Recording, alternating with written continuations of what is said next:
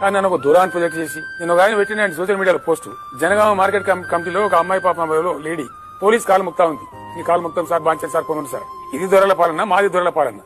దర్జాగా కాలు మీద కాలేసుకొని రైతు నడిమింట పండుకొని ఆయన పొలం బారింది దొరల పాలన అండి.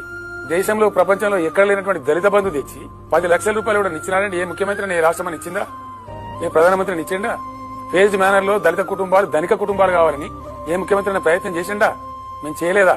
మేము 1100 గురుకులాలు పెట్టి లక్షల మంది విద్యార్థులకు ఉన్నత స్థాయి చదువులు చెప్పింది దొరపాలన్నా? పేద విద్యార్థులకు 20 లక్షల ఓవర్సీస్ స్కాలర్షిప్ ఇచ్చింది దొరపాలన్నా? వృద్ధులకు 2200 పెన్షన్ 2000 చేసిన దొరపాలన్నా? అన్నార్థులను ఆదుకున్న దొరపాలన్నా?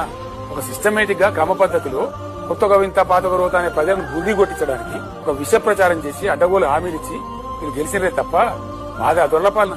అడుగడుగున మా దగ్గర మానవీయ కోణం ఉంటుంది.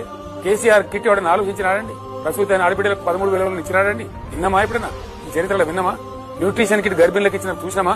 గర్భవతులను తీసుకెళ్లి ఫ్రీగా బస్సులో తీసుకెళ్లి ప్రసవం చేయించి మళ్ళీ బ్యాక్ వాళ్ళ ఇంట్లో ఫ్రీగా బస్సులో వదిలిపెట్టి మందులను ఇచ్చిన ప్రభుత్వాన్ని చూసినామా? బస్తీ దవాఖానాలు పెట్టిన గవర్నమెంట్ చూసినామా? ఇవన్నీ సేవలు మేము అందించిన మీరు దొరపాలన ఎట్లయితండి? ఇప్పుడు అర్థమైపోయింది. 6 నెలల్లో రియలైజ్ అయిపోయింది ప్రజలు ఎవరి దొరపాలన, ఎవరిదిగా అహంకారము, ఎవరి దురహంకారము, కాంగ్రెస్ ఎమ్మెల్యే చేస్తున్న దుర్మార్గాలు ఏంది, దాడులు ఏంది.